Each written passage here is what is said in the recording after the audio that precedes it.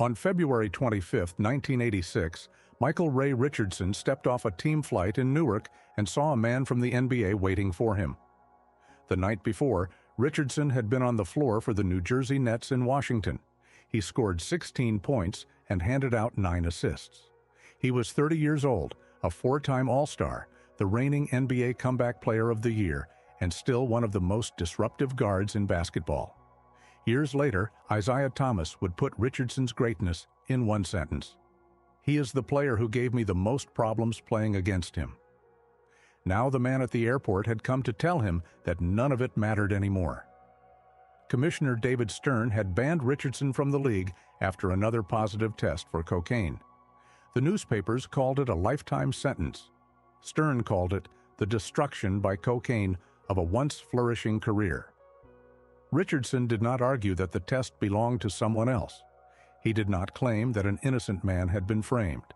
Years later, he remembered the airport as his darkest day. Then he admitted what he did next. He went home and used again. Think about the cruelty of that sequence.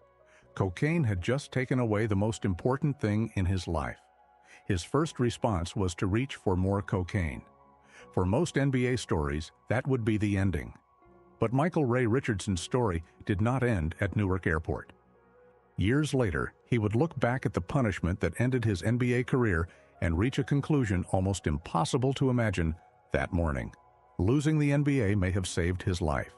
So what actually happened at that airport? Did David Stern destroy a superstar to prove that the NBA was serious about drugs? Or did the league finally do what teams, agents, friends, contracts, and repeated trips to rehabilitation had failed to do? To answer that, we have to understand why basketball kept forgiving Michael Ray Richardson long after almost everything else in his life had begun to collapse. The answer begins with the kind of talent that makes adults ignore danger. Richardson came out of Denver and arrived at the University of Montana in 1974, far from Madison Square Garden, the National Basketball Factories, and the life waiting for him in New York. It looked like a detour. Instead, it became the runway. Judd Heathcote recruited Richardson with a simple promise: he would have a chance to play immediately. As a freshman, Richardson earned minutes by guarding the opponent's best backcourt player. Montana reached the 1975 NCAA tournament, beat Utah State, and then pushed eventual champion UCLA to within 3 points. Richardson was not yet the center of the offense. He was the long, quick defender sent to make someone else's night miserable. Then the rest of his game arrived. He averaged 18.2 points as a sophomore, 19.2 as a junior, and 24.2 as a senior. He became Montana's most valuable player 3 years in a row and a 3-time first-team All-Big Sky selection. He could score, rebound, pass, and defend in a body that did not look like a traditional point guard. Nothing at Montana predicted cocaine. It revealed something that would later become just as dangerous. Richardson could do so much on a basketball court that powerful people would keep convincing themselves everything else could be managed. Then one postseason performance changed the price of his future.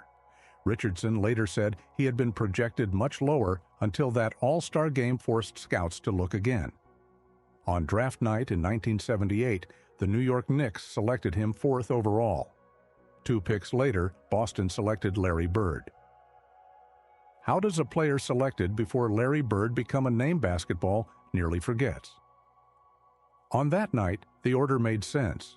New York saw a 6'5" guard with elite defensive instincts, unusual rebounding ability, and enough imagination to control an entire game.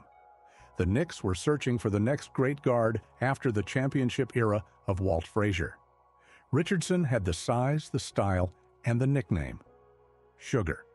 When someone asked why they called him that, the young Richardson reportedly fought through his stutter and answered, "Because I'm kind of sweet on the court." The nickname fit. New York was about to test what happened when a young man unprepared for excess received almost $1 million and a name that opened every door. His rookie contract was worth more money than anyone in his family had seen. Before he had even signed it, Richardson was borrowing money for cars. He tried to buy a Rolls-Royce. Knicks coach Willis Reed made him return it. The lesson did not hold. New York in the late 70s did not reward restraint. The clubs were famous. The parties did not seem to end. A young athlete could move from the Garden to Studio 54 and discover that the same face-opening doors on the court opened them everywhere else. Richardson loved cars, clothes, nightlife, and people.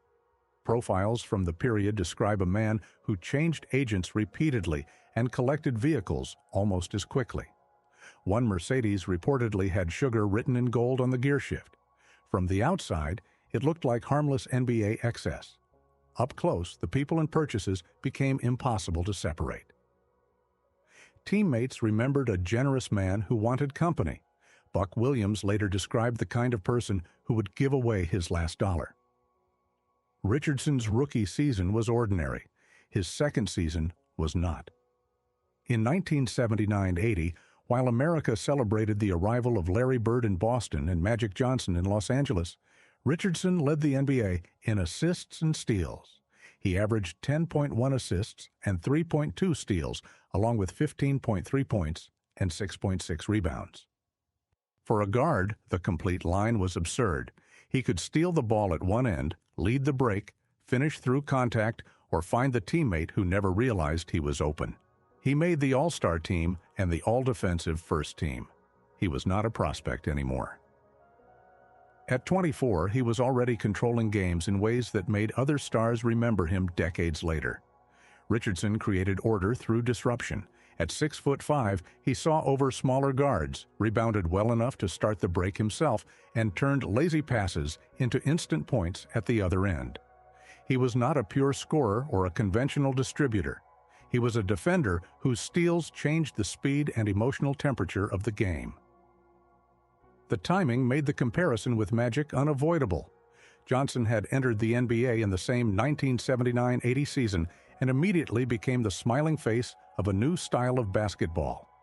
Richardson was older, less polished, and trapped on a weaker team, but he was another oversized guard who could rebound, run, and turn the open court into theater.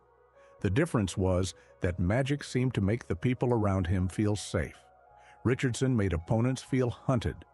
Otis Birdsong described Sugar on the court as fearless, competitive, feisty, mean, nasty. He remembered Richardson walking into opposing locker rooms, finding guards like Magic or Isiah, and telling them exactly what he planned to do to them that night. Then he tried to do it. Against Cleveland in March 1981, Richardson produced 27 points, 15 rebounds, and 19 assists. It was the kind of line that looks as if three different players accidentally had their statistics combined. His defense could be even more humiliating. A lazy pass near Richardson did not remain a pass. It became an invitation. He could take the ball from a smaller guard, bother a forward with his length, and then run the break before the offense understood what had happened. Magic Johnson was larger and more famous. Walt Frazier had the championships and the New York mythology. Richardson seemed to carry pieces of both. How many warnings can talent like that make look negotiable? Over the next 2 years, basketball kept receiving the same dangerous answer. Richardson's talent did not disappear as his life became less stable. It kept producing evidence that the problems could be tolerated. The Knicks around him began to deteriorate. Friends and teammates moved. Coaches changed. Richardson became frustrated with his contract and with an organization that could not decide whether he was its future or its problem. During the 1981-82 season, a reporter asked about the collapsing team. Richardson gave an answer that followed him for the rest of his life. The ship be sinking? When asked how far it could sink, he reportedly answered, "Sky's the limit." New York turned the words into comedy. The line became a tabloid gift, a funny summary of a terrible team. Richardson later complained that reporters made everything he said into news, but he saw no reason to apologize for saying something true. The Knicks really were sinking. So was he. Richardson had begun experimenting with cocaine around the start of his NBA life. Years later, he said he had not been a drinker or marijuana smoker in college. He could not explain exactly how the drug gained control. It did not arrive wearing a warning label. It arrived inside the life that success had created. At first, the basketball remained stronger. Then came the disappearances. Richardson missed responsibilities, vanished from camp, and failed to make a team flight. New York still had a superstar when the ball went up. It was beginning to lose the man who was supposed to arrive with him. The Knicks had a decision to make: stop everything and confront what they did not fully understand, or exchange an unstable star while the rest of the league still saw more talent than danger. But what team stops its season to confront a crisis when its star can make the crisis disappear by tip-off? Richardson's chaos could look temporary because his basketball intelligence remained intact. He could miss an obligation, anger a coach, then recognize a defensive set before anyone else on the floor. Teams negotiated with the problem until the ball went up. Sugar played brilliantly, and urgency disappeared. In November 1982, New York traded Richardson to Golden State in the deal that brought Bernard King to the Knicks. King became a New York legend. Richardson became someone else's emergency. While King filled the Garden with scoring explosions, Richardson carried every unresolved problem across the country. Golden State did not create the addiction. The trade also removed him from whatever familiar structure New York had provided. Golden State did not receive a broken player. It received a brilliant one whose private life had become difficult to locate. Richardson's problems with drugs and money intensified. Contemporary reporting said he avoided an East Coast trip because he owed money and feared people were looking for him. The Warriors were no longer studying opponents. They hired investigators to study their own player. Richardson later remembered private detectives following him. Golden State was not asking how its point guard should run the offense anymore. It was trying to discover where he went, who surrounded him, and whether he could be trusted to arrive at all. This was the price of a problem basketball had kept treating as a transaction. New York had moved Richardson because another team still believed in the player. Golden State now possessed the same talent and even less truest. That should have been the moment basketball stopped. Instead, Richardson was traded again. On February 6, 1983, Golden State sent him to the New Jersey Nets for Sleepy Floyd and Mickey Johnson. In less than 3 months, one of the most complete guards in basketball had moved from New York to Oakland to New Jersey. Each team could tell itself it had solved a basketball problem. None had solved Michael Ray Richardson's problem. New Jersey soon understood what it had inherited. Richardson entered a rehabilitation hospital after the season. He stayed for several weeks, emerged, and announced that the problem was behind him.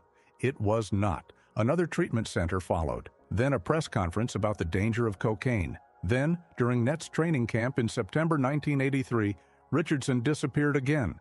His hotel bed had not been slept in. His shoes were reportedly still arranged near the wall. While the team practiced without its best guard, Richardson had checked into another hotel and returned to the drug he had just told the public he had defeated. The details made the disappearance worse. He had not packed for a trip or announced that he was leaving. The room looked as if its occupant might return in 5 minutes. His teammates had no way to know whether he was hiding, injured, in danger, or simply choosing not to come back. After several days, he called Charles Grantham, his agent and a senior figure in the Players Association. Richardson finally said it aloud. "I don't think basketball is for me." The lifestyle was more than he could handle. "Maybe I'd be better off driving a truck." Birdsong heard the crisis differently. On the basketball side, he wanted his backcourt partner back because New Jersey was plainly better with Richardson. On the personal side, he admitted that he did not understand the power of cocaine. He assumed a few weeks in rehabilitation could repair the problem. The Nets initially moved to release Richardson. Then the Los Angeles Lakers discussed taking a chance on him. With pressure from the league and the Players Association, New Jersey brought him back and sent him through another treatment program.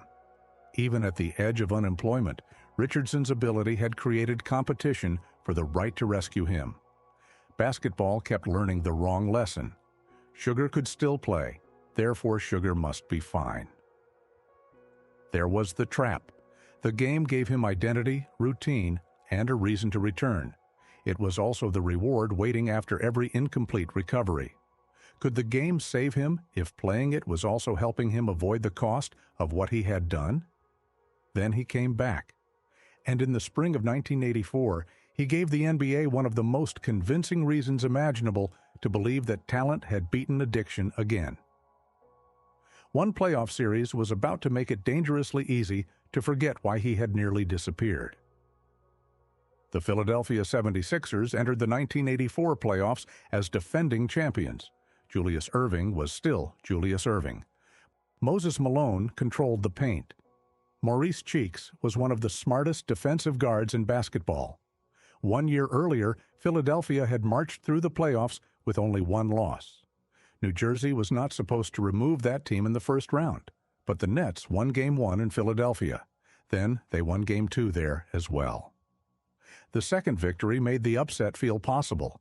Richardson attacked Philadelphia for 32 points and repeatedly forced the champions to defend him instead of dictating the game themselves.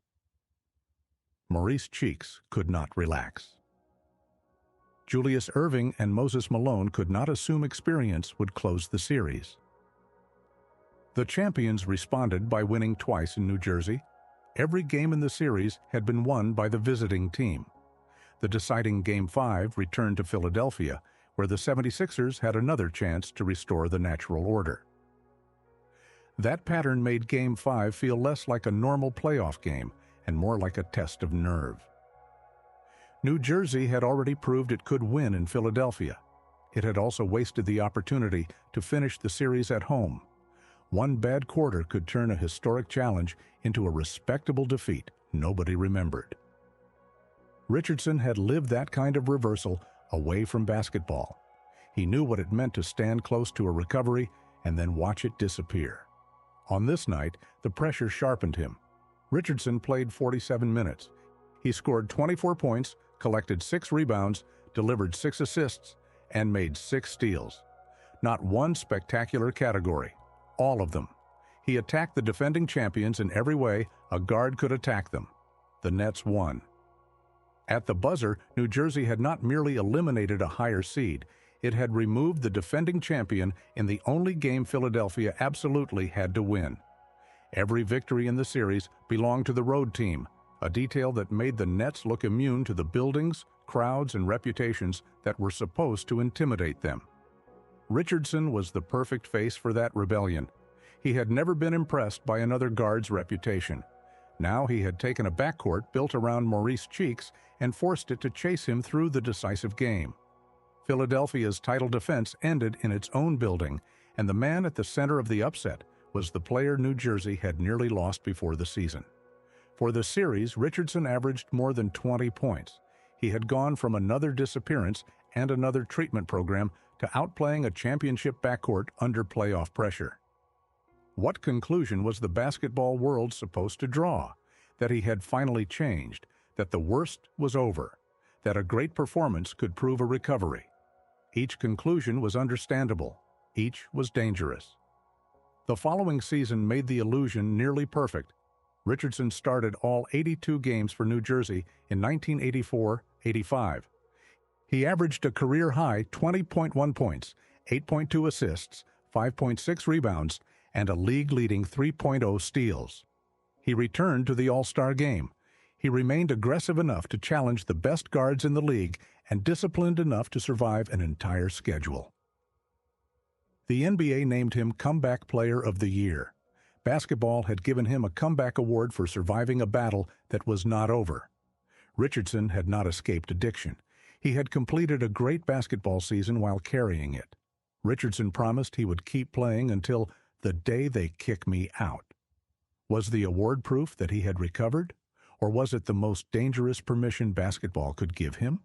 But on the floor, no one could see the difference. Richardson looked too alive. Birdsong described two versions of the same man. During games, Richardson was fearless, confrontational, and almost mean in the competitive sense. Away from the court, he was funny, generous, and willing to do almost anything for someone he cared about. Cocaine was the opponent that did not care how many steals he made. The Nets invested in the comeback. Richardson received a new multi-year contract. He participated in a drug prevention film shown to other players. His survival became evidence that the league's treatment system could work. By late December 1985, New Jersey was 23-14. Richardson was again producing like the center of a rising team. Then came the Christmas party. On Friday night, December 27th, the Nets gathered for their Christmas party at a restaurant in New Jersey. The evening did not begin with an obvious crisis. Richardson danced with members of the club staff and looked like a star enjoying a team celebration during a winning season. When the official party ended, the night continued. Richardson went to another crowded bar where he danced and signed autographs. Later, he was expected at another gathering. Then the trail stopped. He did not come home. His wife did not know where he was. The Nets could not locate the player around whom they had built their comeback story. On Saturday, New Jersey played Washington at home. Richardson was not in uniform. He was not on the bench. A team that had spent 2 years explaining why this time would be different had to face the same empty space again. Only weeks earlier, he had missed a team flight to San Antonio. He caught another flight, arrived in time, and started the next game. That incident could still be folded into the old pattern. Sugar caused panic, Sugar appeared, Sugar played, and basketball made the emergency disappear. Christmas weekend was harder to explain. Otis Birdsong had heard Richardson promise repeatedly that he would never return to cocaine. When they finally spoke, Birdsong said it was the first time he did not know what to say to him. The comeback player of the year had disappeared from a team built around his return. Richardson surfaced on Monday and entered treatment again. In the weeks that followed, the Nets lost much of their momentum. The relapse did not remain private. It entered the locker room, the rotation, and every conversation about whether the team's best guard would be there tomorrow. Another disappearance, another admission, another treatment facility. This time, the rules around him had changed.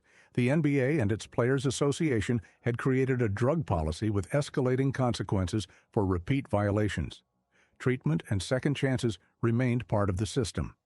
But after repeated cocaine violations, a player could be disqualified from the league and forced to wait at least 2 years before requesting reinstatement. Richardson knew the next positive test could remove basketball itself. The warning was no longer vague, and neither was the consequence. His new agreement had been built around continued testing and the understanding that another violation could end his place in the league. He still could not stop. If the threat of losing everything could not stop him, what could? On February 24, 1986, he played what became his final NBA game. The Nets lost in Washington. Richardson scored 16 points and made 9 assists. There was no retirement ceremony, no farewell, and no reason for the crowd to understand that a 4-time All-Star had just completed his last shift in the league. The final buzzer sounded, the team flew home, and at Newark Airport, the NBA was waiting. The punishment was historic. Richardson became the first active NBA player removed under the policy after 3 cocaine violations. The headline said, "Life." The fine print said 2 years if Richardson could stay clean and convince the league to trust him again. The road back was narrow and the return was not automatic. The commissioner and the Players Association would have to believe he was drug-free and managing his addiction. To a 30-year-old guard, 2 years could still feel like life. NBA speed does not wait. Contracts disappear. Teams replace uncertainty with younger players. A man can receive legal permission to return and discover that no one is willing to hand him a uniform. Stern's announcement was severe. He called the moment tragic and placed the blame directly on cocaine. The league was also protecting itself. During the late 70s and early 80s, cocaine use had become one of basketball's open secrets. Estimates published at the time suggested the problem touched a shocking portion of the league. Teams worried about unreliable players. Owners worried about empty seats. Television partners worried about the reputation of a sport already fighting for national attention. Cocaine was an NBA problem. Richardson became the NBA's first public answer under the new system. The policy had caught a star. Now came the uncomfortable question. Was he being treated, or was he being used as the warning? But Richardson never needed Stern to tell him who had put him there. Nobody forced him to take cocaine. He chose it. He could not blame the commissioner for the test or the rule for the decisions that came before it. His own summary was blunt. I got myself into it. I have to get myself out. But the teams had spent years showing him that basketball would survive every warning. New York traded the problem. Golden State investigated it and traded it again. New Jersey sent him to treatment, welcomed him back, watched him defeat the champions, gave him a new contract, and turned his recovery into a public success story. Every return told Richardson that there was still something beneath him. The ban removed the floor. After the airport meeting, he went on another binge. Then the meaning of the punishment began to change. There was no game to prepare for, no team flight to catch, and no coach promising that one more clean week could restore his minutes. For the first time, getting sober could not be a shortcut back to the next game. It had to become the purpose. Richardson returned home to New Jersey. He went back to church, sought counseling, and tried to repair his relationship with his estranged wife and children. He collected records of clean drug tests because he understood that promises no longer had value by themselves. He still wanted basketball. But what did recovery look like when no scoreboard was allowed to prove it? Late in 1986, Richardson traveled to Israel believing a small professional team could keep him in shape for an eventual NBA return. The salary alone made the fall impossible to hide. Months earlier, he had earned roughly $750,000 a season with the Nets. Hapoel Ramat Gan offered him about $60,000. The team practiced in a concrete gym, not an NBA arena. It was struggling. The money was a fraction of what he had made, and Richardson was no longer the famous guard an organization planned around. He was a risk asking permission to play. Then international basketball blocked him as well. Only hours before his expected debut, word arrived that FIBA would not allow him to compete. Richardson had crossed an ocean to rebuild his career and found another closed door. He stayed. Now he had to work without a game, applause, or any guarantee that someone would let him play again. Unable to play in games, he practiced. He was reportedly the first player on the floor. He led wind sprints and punishing conditioning drills. Teammates who had begun the season out of shape suddenly had a former NBA All-Star demanding that they run harder in a gym where he was not even allowed to join them on game night. That image carried more truth than another press conference could have. In New Jersey, Richardson could announce a recovery and then prove it with 30 points. In Israel, the scoreboard could give him nothing. The only evidence was whether he returned to the same concrete floor the next morning on time. This was a different kind of comeback. There were no 20-point nights to hide behind, no all-star selection to convince everyone that recovery had been completed. Richardson had to work while the reward remained uncertain. He told a reporter that his back was against the wall. He also said something more important. He had brought the situation on himself. Admitting fault did not repair the damage. It did something basketball statistics never could. It placed the next decision back in his hands. Richardson eventually played in American minor leagues. The gyms were smaller and the travel was less glamorous, but the competition gave him a structure while the 2-year clock continued to move.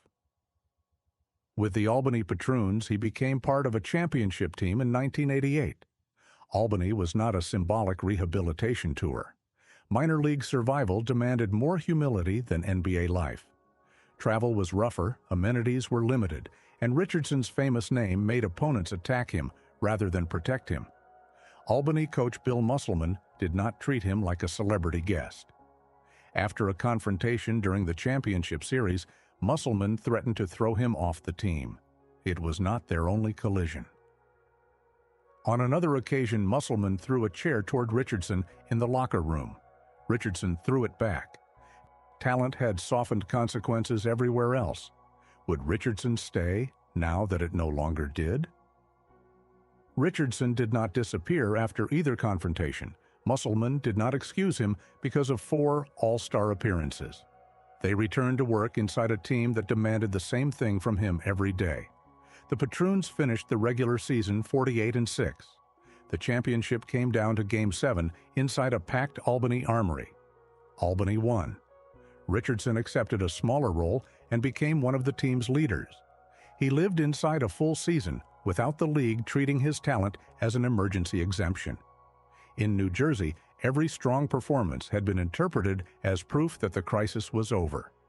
In Albany, strong performances became the work required to keep going. Recovery stopped being a public event and became a routine. Then the NBA reconsidered his case. On July 20, 1988, David Stern and the Players Association reinstated Michael Ray Richardson. The commissioner who had pronounced his career destroyed now said an extensive investigation found Richardson drug-free and constructively dealing with his addiction. The lifetime ban was over. The NBA career never resumed. The rule had changed. Trust had not. If the NBA door had reopened, why did Richardson never walk back through it? It is easy to tell the story as if the league locked Richardson outside forever. It didn't. Reinstatement unlocked the door. It did not put a contract behind it. Permission was not the same as trust, and trust could not erase the disappearances, the 3 violations, or the fear that an NBA team would rebuild its plans around him and lose him again. Richardson had already signed with Virtus Bologna in Italy. Contemporary reports placed the agreement at roughly $700,000, along with housing, food, and a car. It offered real money, serious basketball, and something the NBA could not promise, a place where every arena did not know him first as the man who failed 3 tests. Years later, Richardson recalled that Philadelphia showed interest after he had gone overseas. The 76ers wanted a shorter commitment. He wanted 2 guaranteed years. The agreement never happened. No second ban killed the comeback. It died in the gap between what Richardson needed and what NBA teams were prepared to risk. Bologna offered 2 years, serious money, and a central role. The interest he remembered from Philadelphia offered less security. At 32, after 2 years spent proving he could stay clean, he chose the contract that actually existed. Europe gave him distance. It did not give him innocence. At Virtus Bologna, Richardson was not treated like a museum piece from the NBA. He was monitored, tested, and expected to win. The club played fewer games each week than an NBA team. There was more time to recover, fewer nights moving between cities, and no illusion that trust had already been restored. Europe did not make Richardson less competitive. It gave that competitiveness somewhere useful to go. Now, Europe wanted results. Could the guard America had stopped watching still decide a final against one of the biggest names in basketball? On March 13, 1990, Virtus met Real Madrid in the final of the European Cup Winners' Cup in Florence. Real Madrid carried one of the most powerful names in international basketball. Virtus was chasing the first European trophy in club history. Richardson was 34 years old, 4 years removed from the airport, and playing on a stage most NBA fans would never see. He scored 29 points. The next highest Virtus scorer had 16. More than 1 of every 3 Bologna points that night came from the guard the NBA had declared finished. Virtus won 79-74. The man newspapers had declared finished was the leading scorer in a European final. He had not been protected by nostalgia or carried by a team doing him a favor. Bologna had its first Continental trophy, and Richardson had something no NBA comeback award could provide. He had won after the obituary. That did not return the NBA years addiction had already consumed. It proved those years did not have to consume everything that followed. Richardson also won 2 Italian Cups with Virtus. Then came Croatia, another return to Italy, and years in France. Every new country asked the same question in a different language. Was Richardson still worth the risk? He kept answering with results. At Antibes, he helped win the French championship in 1996. 2 years later, at 42, he was still starting for Cholet and averaging 13.6 points. At 42, many former guards struggle to demonstrate a move during an alumni event. Richardson was playing major minutes in a First Division European league.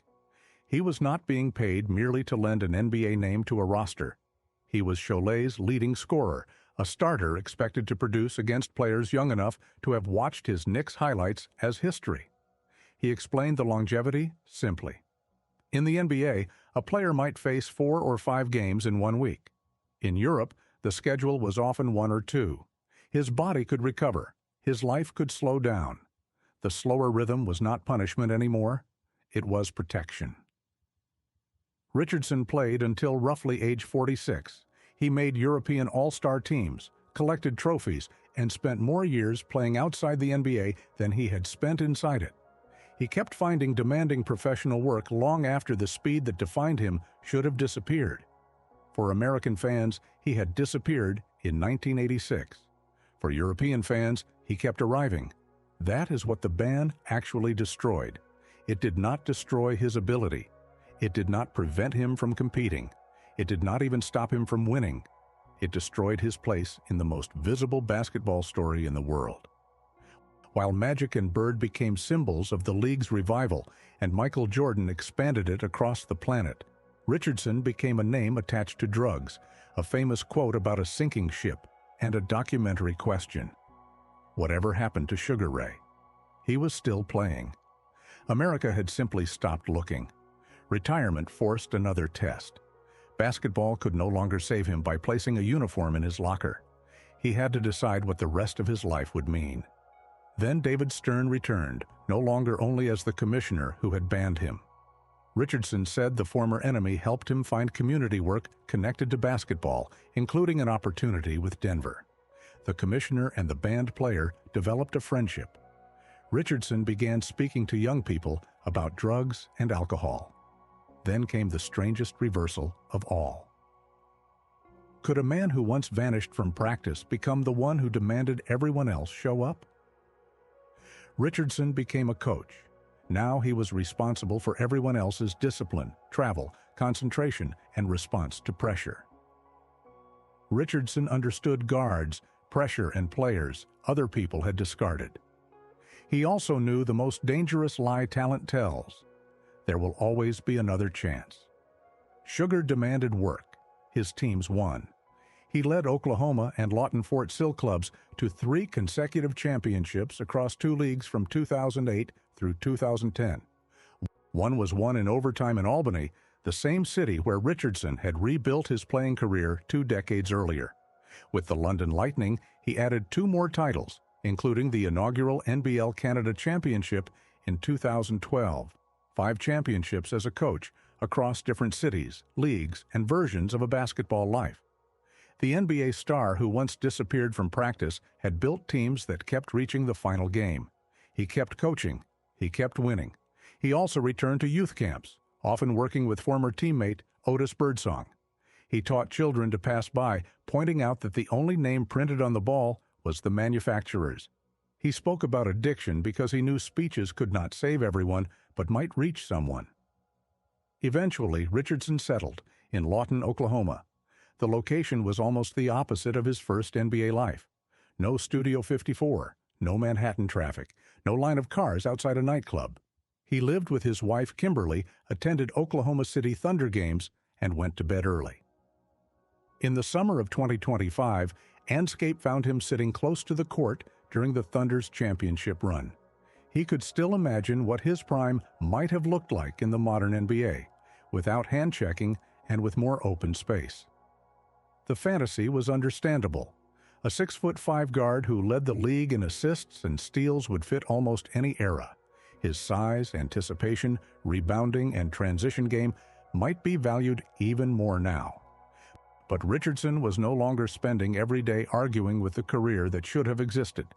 He had written a memoir, earned coaching rings, and lived long enough to watch his mistakes become history instead of destiny. At his 70th birthday gathering, friends and relatives surprised him. Richardson looked around the room and thought about how many people from his youth were already gone. After everything he had survived, Richardson put it simply: it's a blessing to be alive. 5 months later, on November 11, 2025, Michael Ray Richardson died from prostate cancer at his home in Lawton. Kimberly was with him. So after everything that followed, who was right at Newark Airport?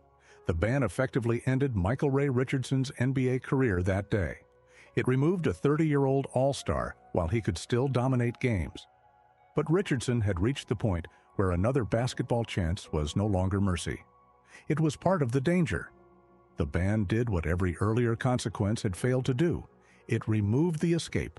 His talent kept reopening. It did not cure him at the airport. His immediate binge proved that. Recovery still required years, distance, structure, and his own decisions. The ban simply ended the one cycle his talent had always been able to restart. On February 25, 1986, an NBA official waited at Newark Airport and told Sugar Ray that basketball would no longer protect him. For the first time in his life, it didn't. And that may be the reason he finally survived.